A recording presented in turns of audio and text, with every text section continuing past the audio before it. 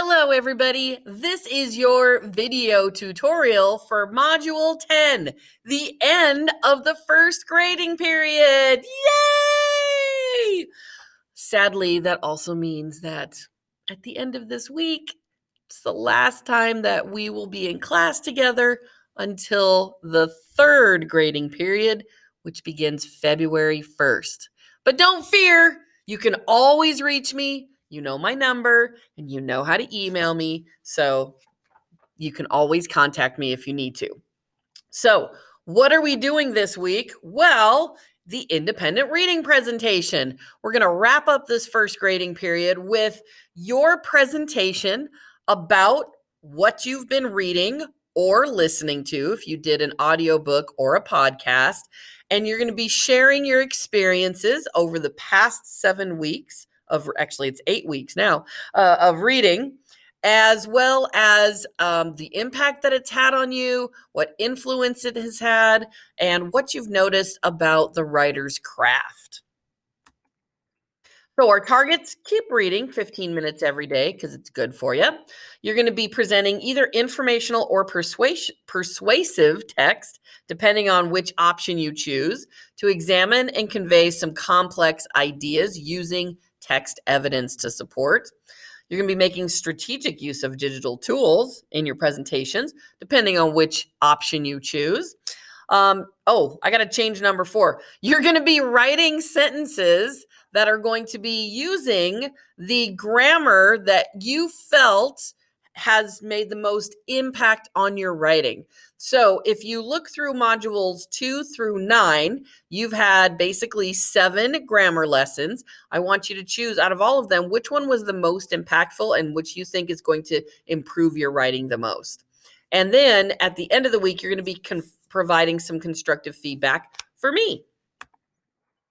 So in your new learning, these are the 4 different options you have for your independent reading presentation.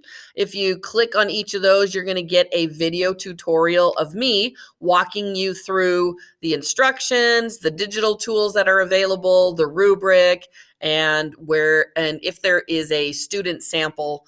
There is for all except for the video advertisement, because nobody has ever chosen that option before. So if you choose it, you might be the first one.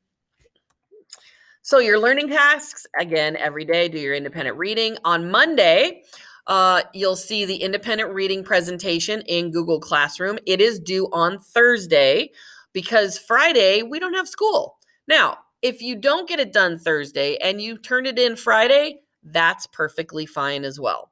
I just didn't want to have the due date be a day that we technically don't have school. And I'm taking that day off because I've worked really hard between school and grad school, and I'm sleeping in.